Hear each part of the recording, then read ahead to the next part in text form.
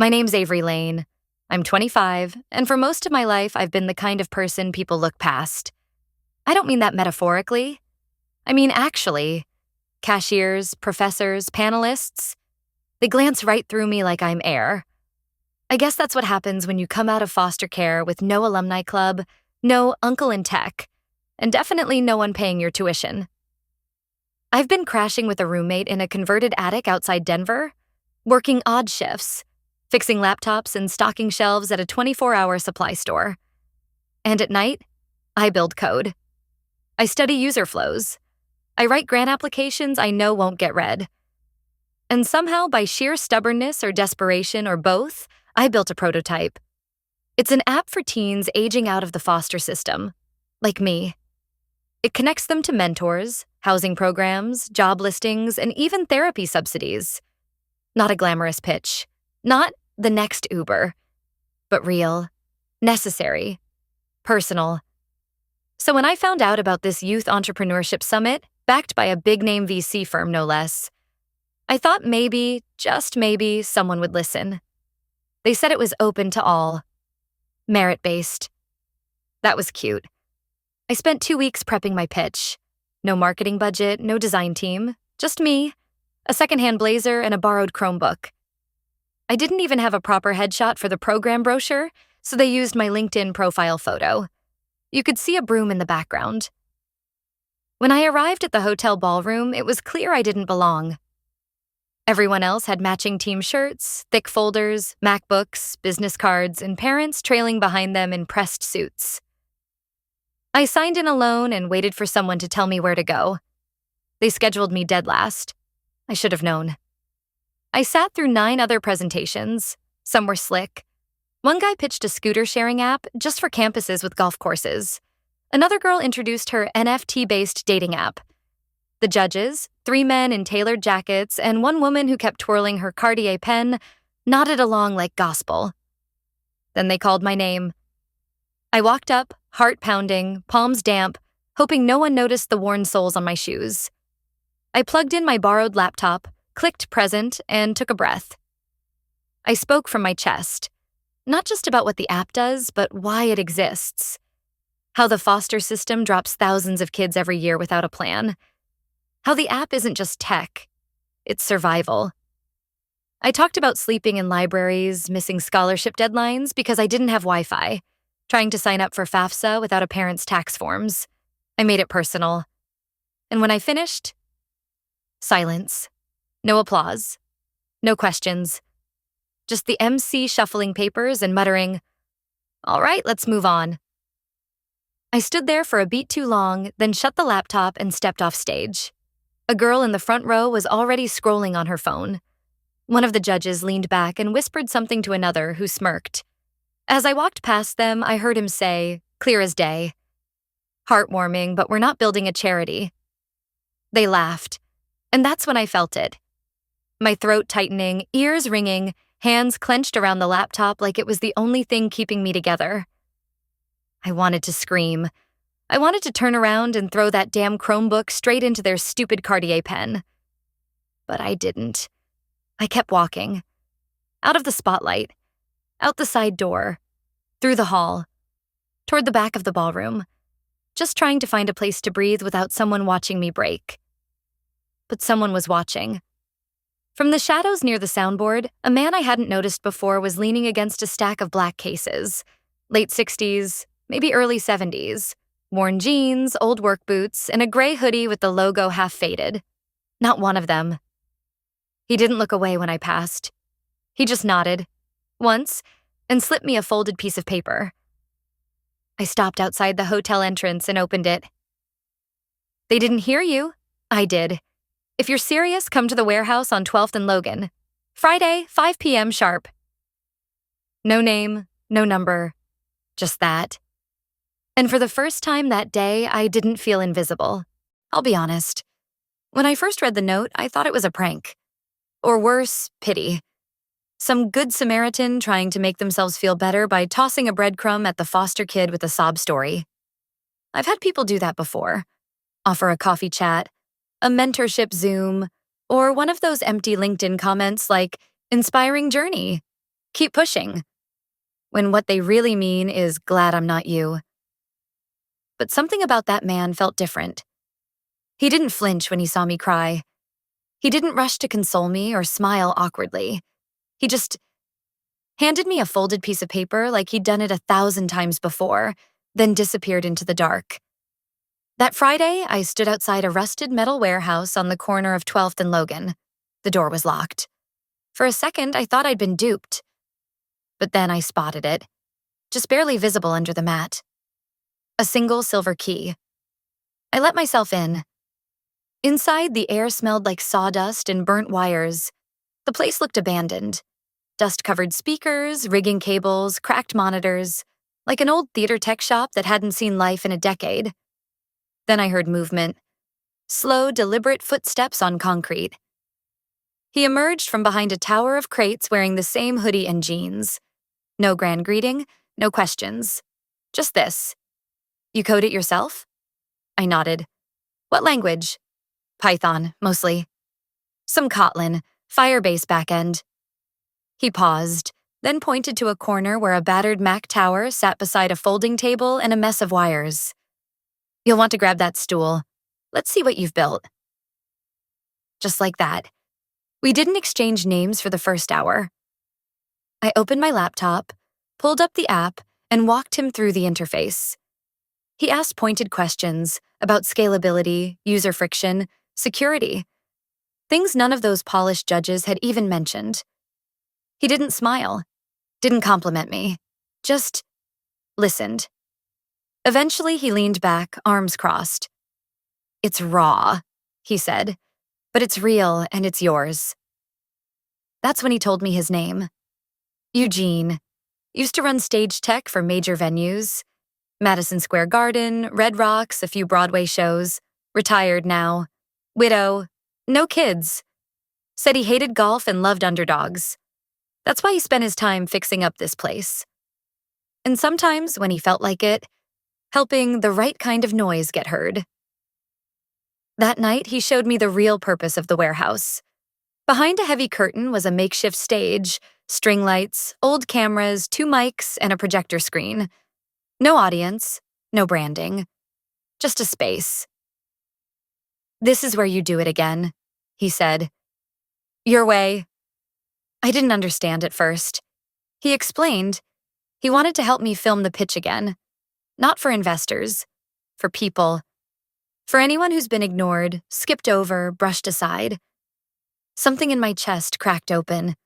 The next 2 weeks were a blur. We patched wires, cleaned cameras, even built a simple website to host the video. He coached me, not on what to say, but how to own what I was saying. I rewrote my pitch. Not for VC suits, but for the kids I made the app for in the first place. It was the first time in years I felt like my story was mine again. Then, 2 nights before we planned to go live, I made the mistake of telling someone. A girl I knew from a local co-working hub. I thought she was cool. She'd seen me pitch before, even offered to give notes once. I told her over coffee, excited like a kid. She smiled, nodded, said all the right things. The next morning, the site was down. I panicked. Thought I broke something. Called Eugene in a frenzy, but it wasn't a glitch. The domain had been hijacked. Our files, deleted. And when I went to report it to the hosting platform, guess whose name was listed on the new domain? Heron. She copied the app name, rebranded the site, re-uploaded a nearly identical version of my code. But with her face in the intro video, her name on the credits, her voice narrating my pitch word for word. I sat on the warehouse floor, staring at her LinkedIn post that read, After months of hard work, I'm thrilled to launch a platform for foster youth support, because every story deserves a second chance. It had 8,000 likes. One of the judges from the pitch event had already commented, Incredible work. Let's talk. And that's when Eugene walked in, took one look at me and said, Get up. We're not done. I don't even remember standing up.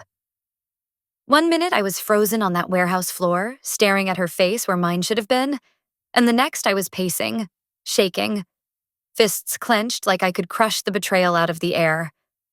I had trusted her. Told her about the app. Told her about Eugene. Told her I finally felt like I belonged somewhere. And she stole it. Not just the code. Not just the concept. She stole my voice. Copied my pitch line for line. Except hers was filmed in a rented studio with perfect lighting, fresh makeup, and 3 clean camera angles. She said the words like she believed them, but I could hear it. The hollowness. The performance. She'd never slept in a shelter, never been bounced between 6 foster homes, never had to figure out how to buy cold medicine without an ID. I wanted to scream. Eugene stood across the room, arms folded, jaw tight. "It's war now," he said, "but we don't fight it their way." I didn't understand what he meant, yet. He pulled out a storage bin from behind the stage. Inside was an old DSLR, a tripod, and a cracked GoPro held together with duct tape. "We film it," he said. "The real one, not for views. For truth, I didn't want to. I felt gutted. But Eugene wouldn't let up. You don't disappear just because someone hijacked your story," he said. "You rewrite the ending." So we did. That night, we set everything up. No crew, just the 2 of us. I didn't wear makeup. I didn't fix my hair. I didn't rehearse. I sat on that stage, looked dead into the lens, and said everything. Not polished, not perfect, but real. I told people how the system treats kids like their inventory, how I coded on stolen Wi-Fi outside a laundromat, how this project wasn't some startup gimmick. It was my lifeline, and how someone I trusted had taken it and sold it like it was hers. Then I pressed upload. We didn't expect much. No ads, no influencer shares, no hype. Just a link posted quietly to a forum for youth advocates, a few Discord groups, and 1 tweet from Eugene's dusty old Twitter account. Then it started. At first, just a few comments. "Wait, this sounds familiar.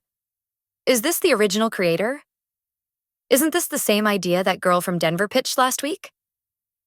Within 48 hours, the views doubled, then tripled, and then an email. It came from a nonprofit in Oregon.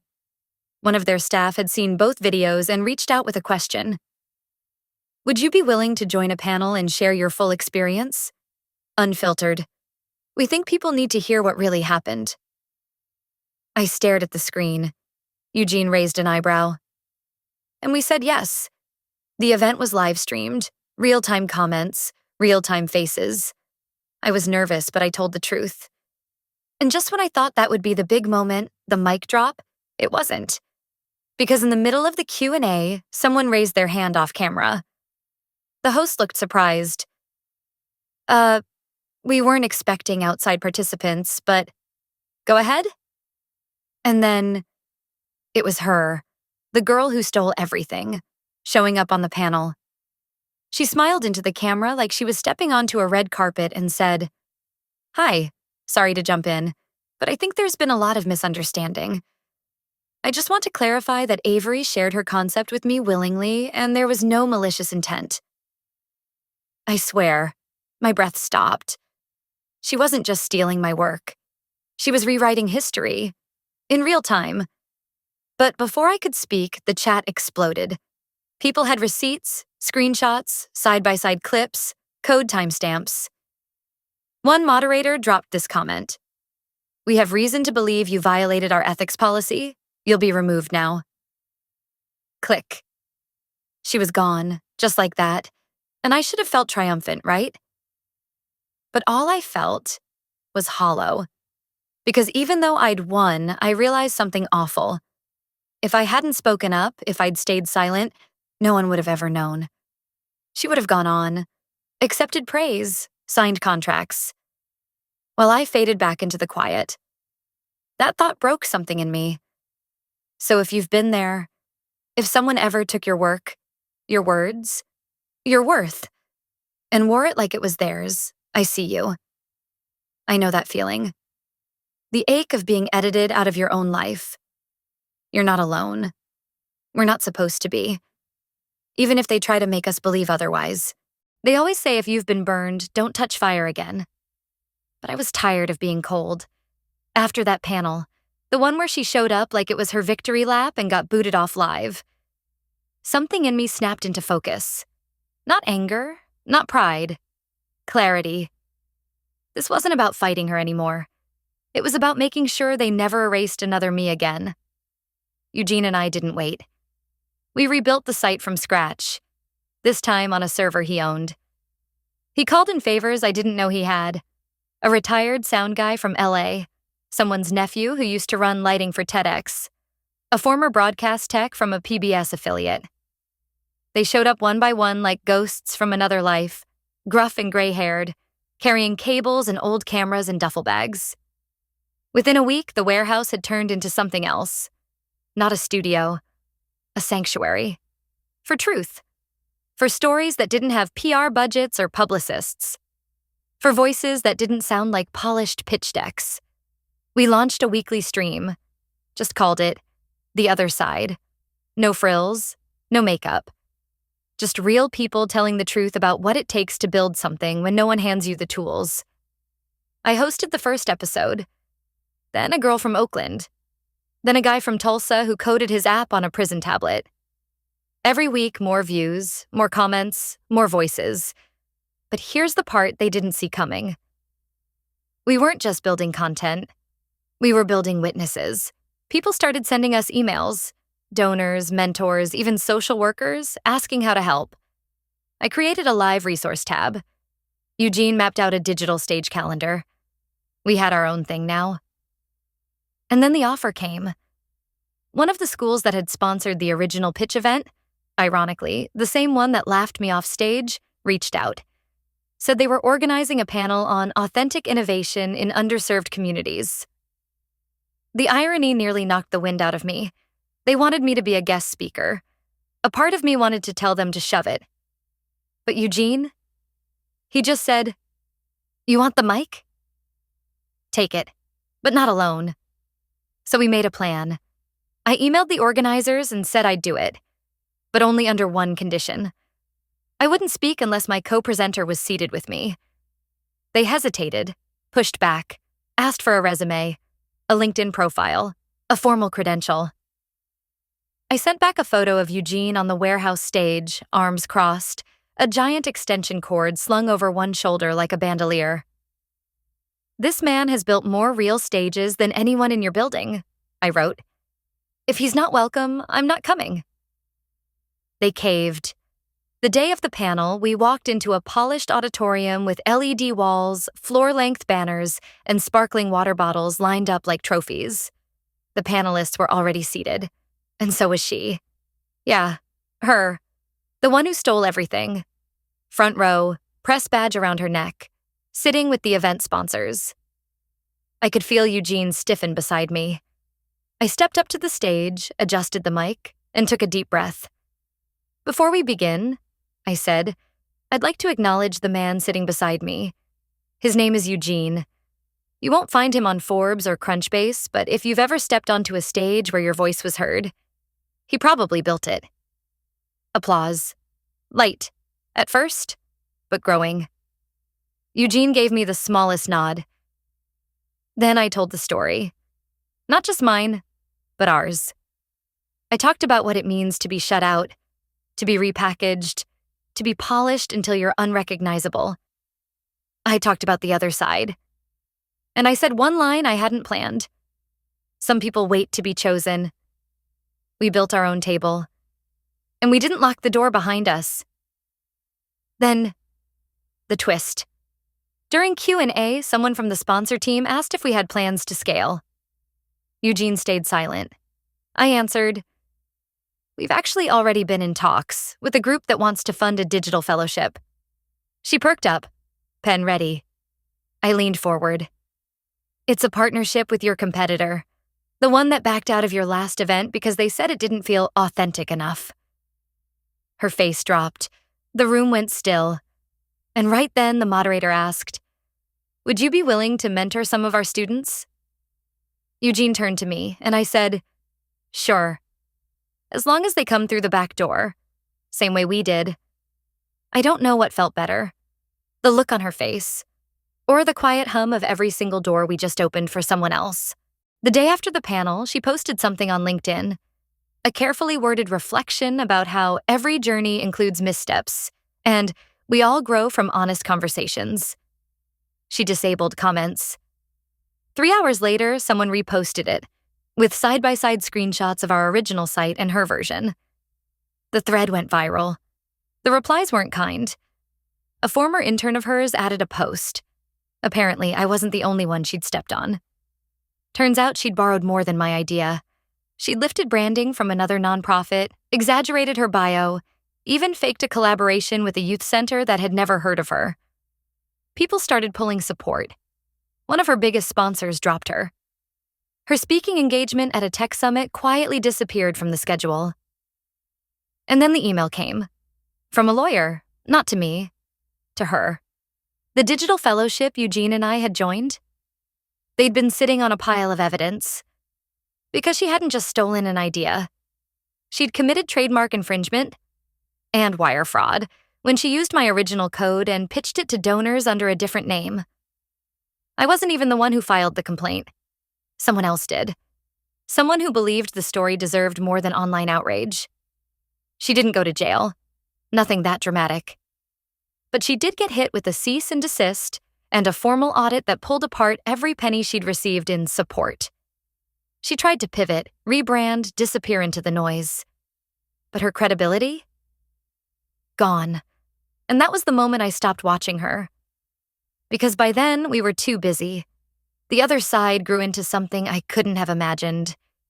We turned the warehouse into a real community studio.